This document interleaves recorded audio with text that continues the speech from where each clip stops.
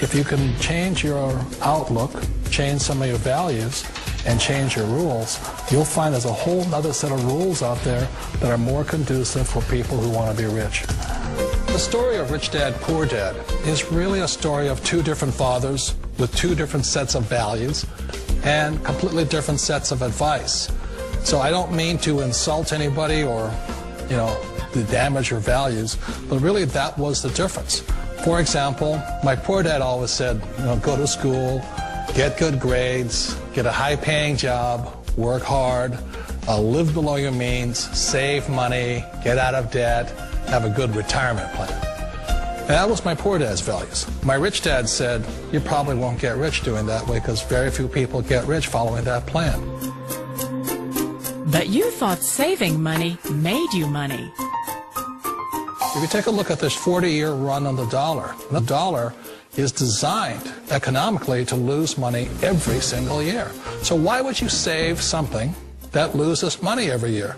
And what this means for somebody on retirement plans is that after you retire, the value of your dollar goes down and your cost of living keeps going up. To my rich dad, that was bad advice and made no sense. Again, it was different value. An important diagram my rich dad showed me when I was a little boy was a diagram known as a cash flow quadrant.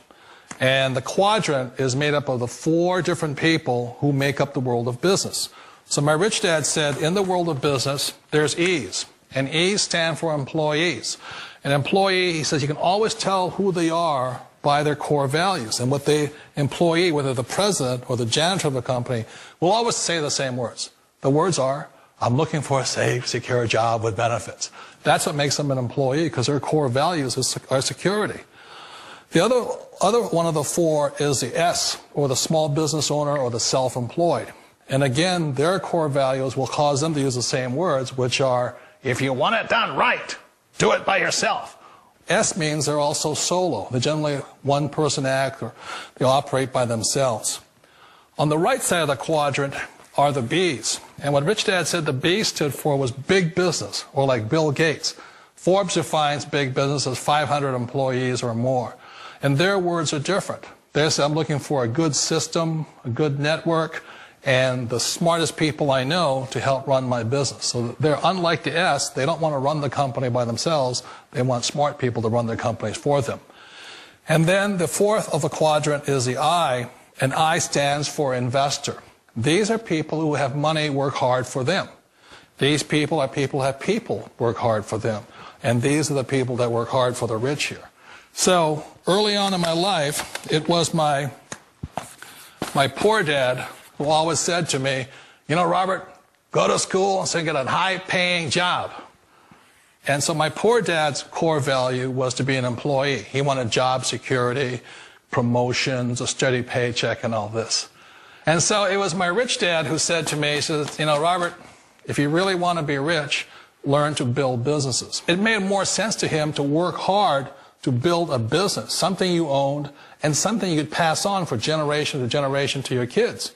Whereas my poor dad said, work hard, but my rich dad said, why would you work hard for something you'll never own and you can get fired from right away? Again, that was the difference in values.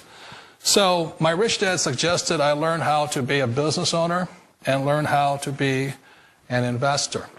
And that's one of the big differences. On this side of the quadrant, these people here work for security. They work for money also.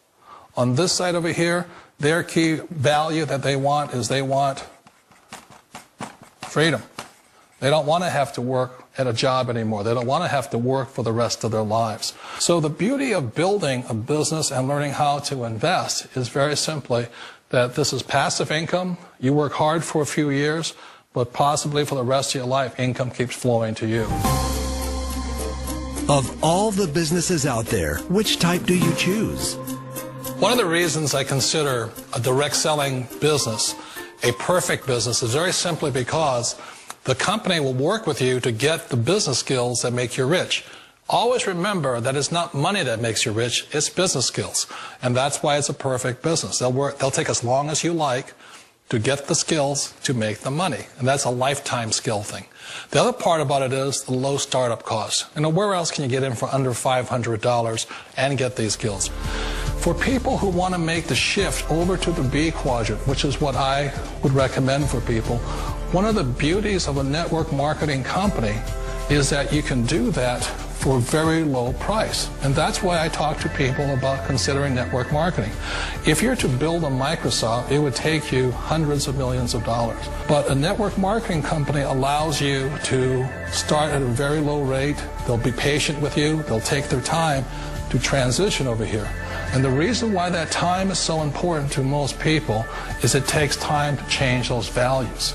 And the most important thing is once you take the time, let's say it takes 1 year, 2 years, 5 years, whatever time it takes, once you see the value or the core values of this side and this side, you're unstoppable.